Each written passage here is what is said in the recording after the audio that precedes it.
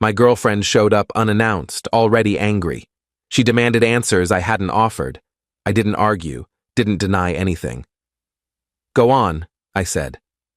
She kept talking, too confidently. Then she referenced something I'd never shared with anyone. The air in the room changed instantly. "I'm 36, and I've been in a relationship for about 2 years. My girlfriend and I met through mutual friends, hit it off pretty quickly, moved in together after about 10 months.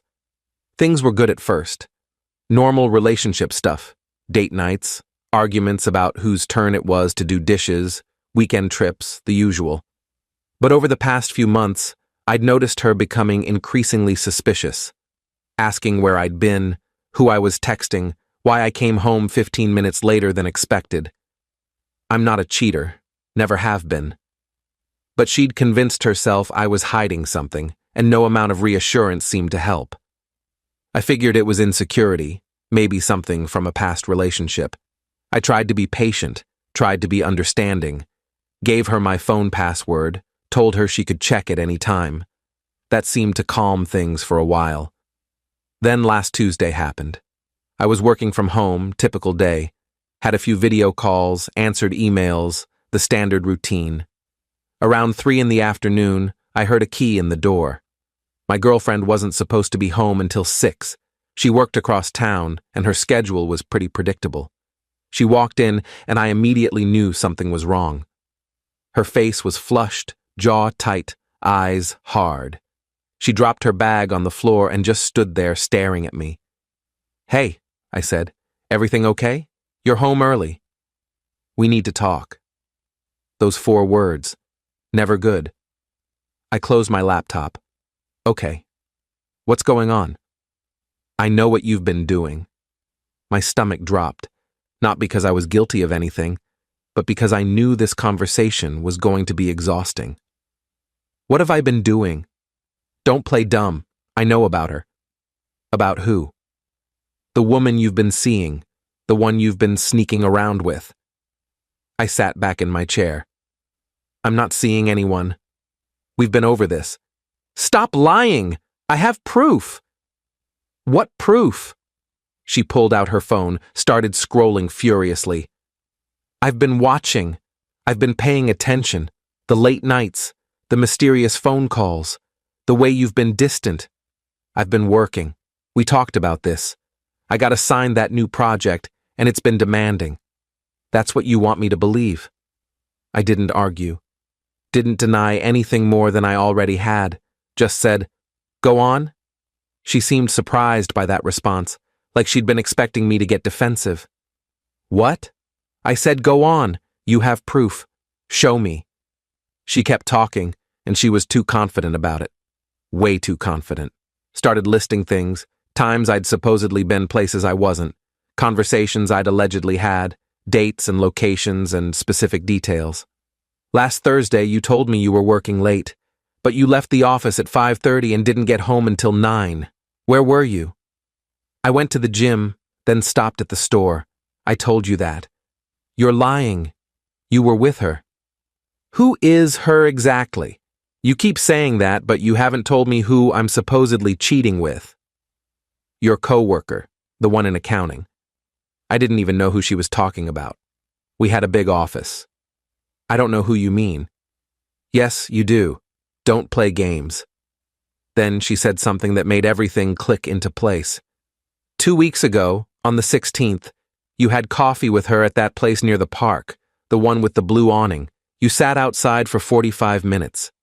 I'd never been to any coffee shop near any park on the 16th, hadn't had coffee with anyone from work in weeks. But more importantly, I'd never told her about any coffee shop with a blue awning. Never mentioned it.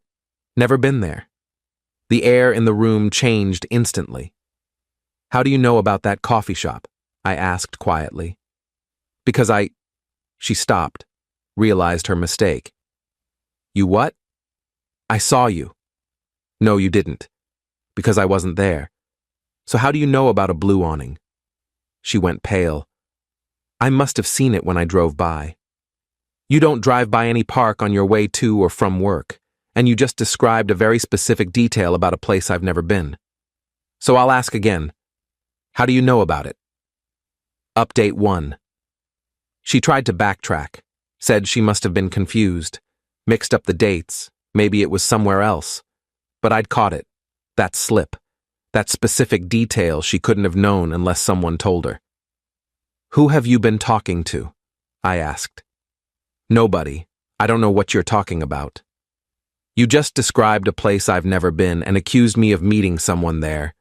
Someone's been feeding you information. Who? No one's feeding me anything. Then where did this come from? The coffee shop with the blue awning, the specific date, the time I was supposedly there. Where did you get those details? She was trapped, and she knew it. I watched her try to figure out what to say, how to explain. Finally, she sat down on the couch and put her face in her hands. I hired someone. You hired someone? Like a private investigator? Not exactly. More like someone who does online research. You hired someone to investigate me. I needed to know. You've been acting so strange and distant, and I just needed to know. So you paid someone to follow me? To track my movements? Not follow you, just look into things. Check your social media, your location history, piece things together. My location history. How did they access my location history? She didn't answer. Did you give them access to my accounts? Still nothing. You gave someone my passwords, someone I don't know. You gave them access to my personal accounts. I had to know. So you violated my privacy, paid a stranger to stalk me, and then came here to accuse me based on information that's completely wrong. It's not wrong. They said you were at that coffee shop. I wasn't. Which means either they're lying to you or they followed someone else or they made the whole thing up. But I wasn't there. I've never been there. She pulled up something on her phone, showed me a report. It was detailed, dates, times, locations, a whole timeline of my supposed movements over the past month. Some of it was accurate, places I'd actually been, but mixed in were locations I'd never visited. The coffee shop was just one. Where did this come from? A service. I found it online. They track people, put together reports. How much did you pay for this? That doesn't matter. How much? $800. I just stared at her. You paid $800 for fake information so you could accuse me of cheating. It's not fake. Yes, it is. Look at this. I pointed at the timeline. This says on the 19th, I was at a bar downtown at 11 p.m. I was home with you. We watched that documentary about penguins. Remember? She looked at the date. Maybe they got the date wrong. Or maybe they're scamming people, making up locations and selling fake reports to suspicious partners. She scrolled through the report, and I watched her face change as she started recognizing more discrepancies. Dates that didn't match, places I'd been with her that were listed as solo visits, times that didn't align with reality. Oh my God, she whispered. Yeah, I was so sure. Sure of what? That I was cheating? Based on what? I've never given you a reason to think that. You've been distant. I've been busy with work. I told you that project was going to be intense. You don't text me as much during the day. Because I'm working, in back-to-back meetings most days. You seem distracted. Because I'm tired. Because work has been stressful. Not because I'm having an affair. Update 2. She started crying, full breakdown, saying she was sorry, she'd made a mistake, she'd let her insecurity get the better of her. I sat there watching, feeling a mix of anger and something else I couldn't quite name. Who else knows about this? I asked. What? This report. This investigation. Who else have you shown it to? No one. You're sure? Well, I told my sister about it, and my best friend. I needed advice. So, your sister and your best friend both think I'm a cheater now? No, I can tell them it was a mistake. They'll still know.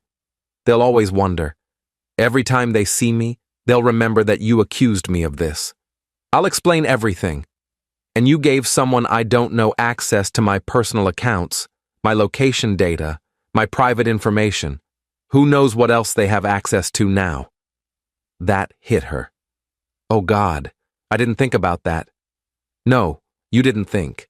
You just acted on paranoia and now my privacy is completely compromised. I got up, grabbed my laptop, started changing all my passwords. Email, social media, bank accounts, everything. She sat on the couch watching me, still crying. I'm so sorry, she kept saying. I'll fix this, I'll make it right. How? How do you fix this? I don't know. Just tell me what to do. I need space. I need to think. Are you breaking up with me? I don't know. Right now, I'm just trying to process the fact that you hired someone to investigate me, gave them my personal information, believed a fake report, and came here ready to accuse me of something I didn't do. I was scared. I thought I was losing you. So you decided to push me away instead?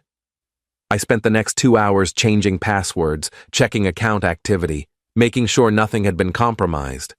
Found some strange login attempts on my email from an IP address I didn't recognize. Reset everything. Set up 2-factor authentication on accounts that didn't have it. She stayed on the couch the whole time, watching me, occasionally trying to apologize again. I didn't respond. I was too angry to talk without saying something I'd regret.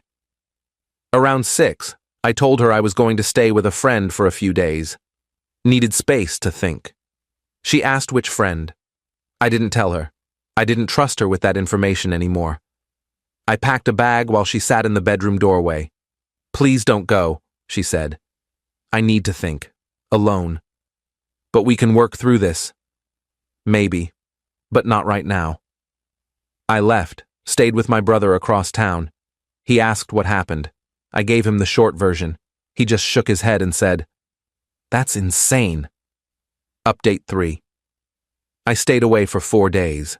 My girlfriend texted constantly, apologizing, begging me to come home, saying she'd called the service and demanded her money back.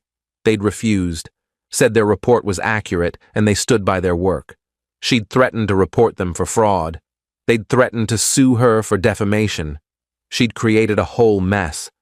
On day 3, she sent me a long email, explained how the insecurity had started, how her ex had cheated on her with a coworker and she'd never fully healed from it. How when I started working longer hours, all those old fears came back. How she'd convinced herself history was repeating. How she'd found this service online and thought it would either confirm her fears or put them to rest.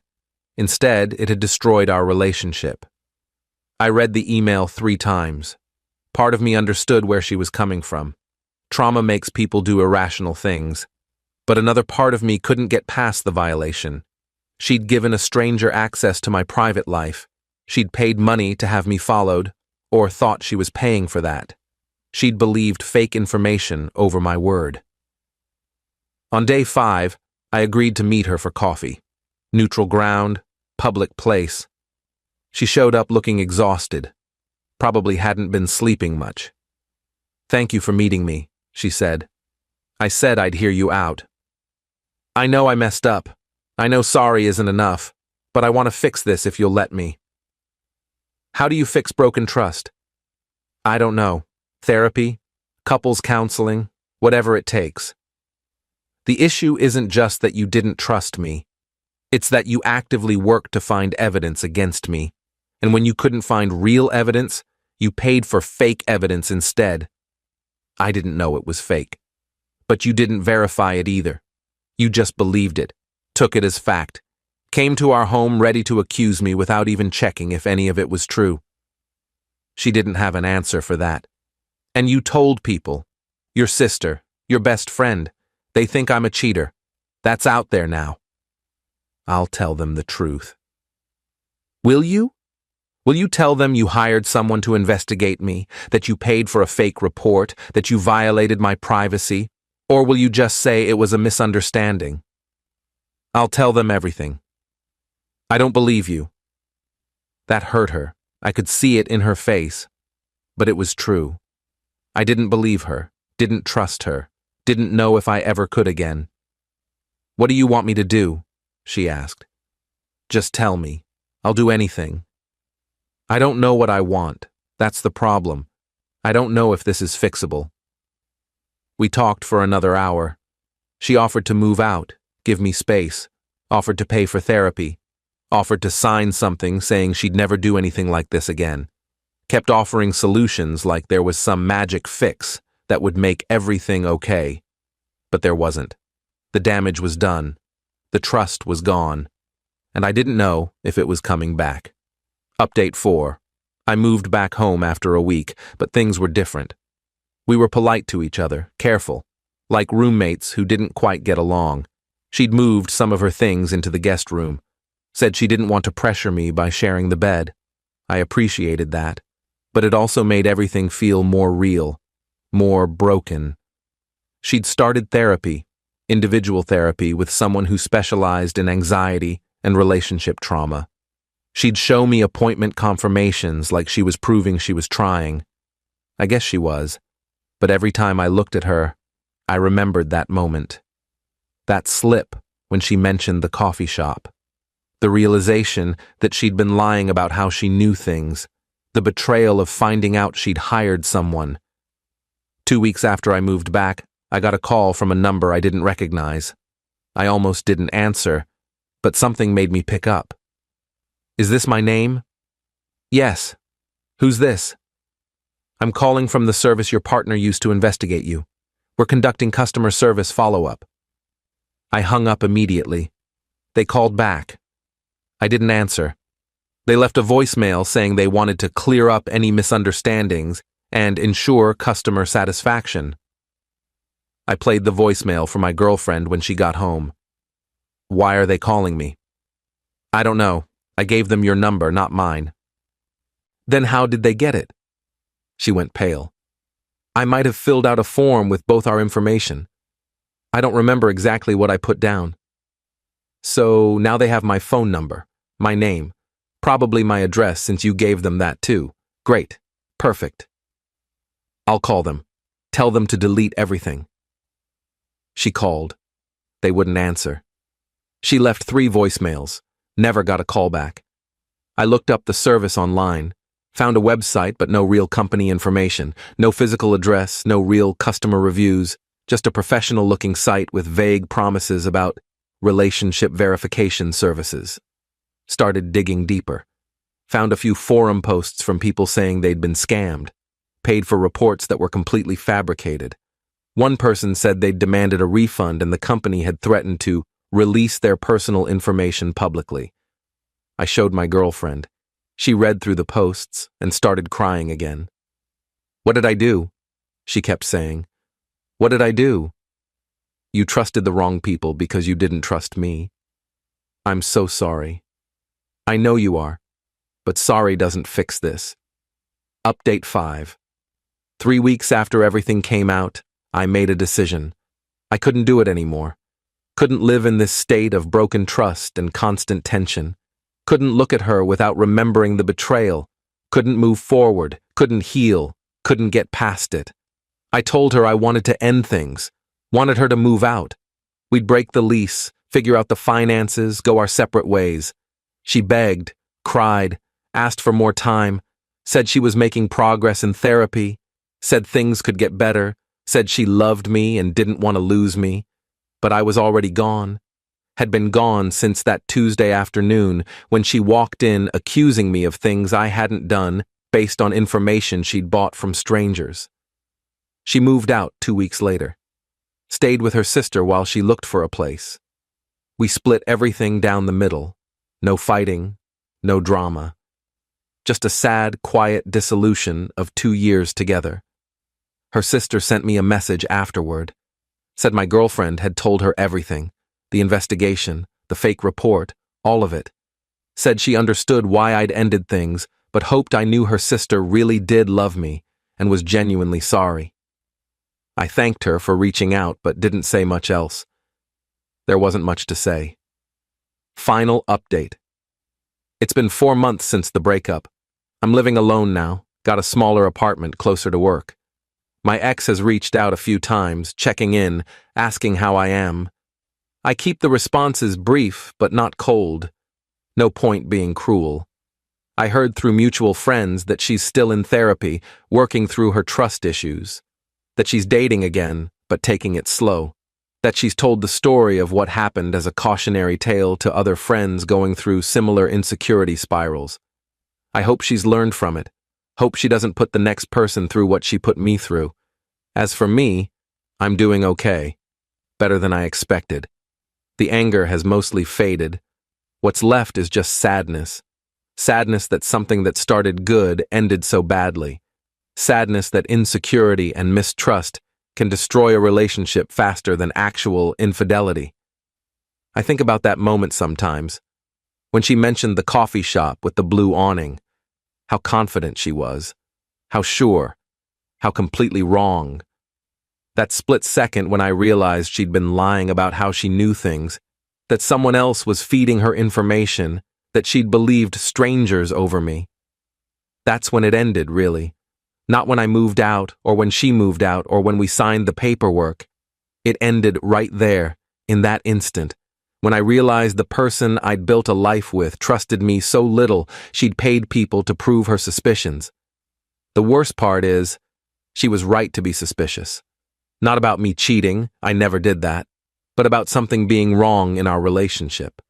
Something was wrong. The trust was already broken, long before she hired that service.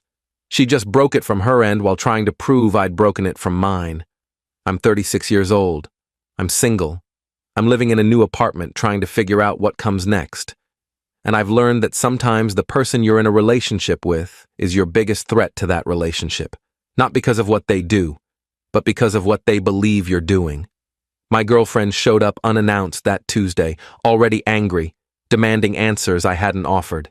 She had a whole story built in her head, supported by fake evidence she'd paid for. And when I didn't argue, didn't deny it the way she expected, when I just said go on, she kept talking, too confidently, until she referenced something I'd never shared with anyone, a detail from a fake report about a place I'd never been. The air in the room changed instantly, and everything I thought I knew about her, about us, shifted. Because in that moment, I realized she'd crossed a line you can't uncross, violated trust in a way you can't repair. Sometimes relationships end because someone cheats. Sometimes they end because someone suspects cheating that never happened and destroys everything trying to prove it. This was the second kind, and somehow that feels worse.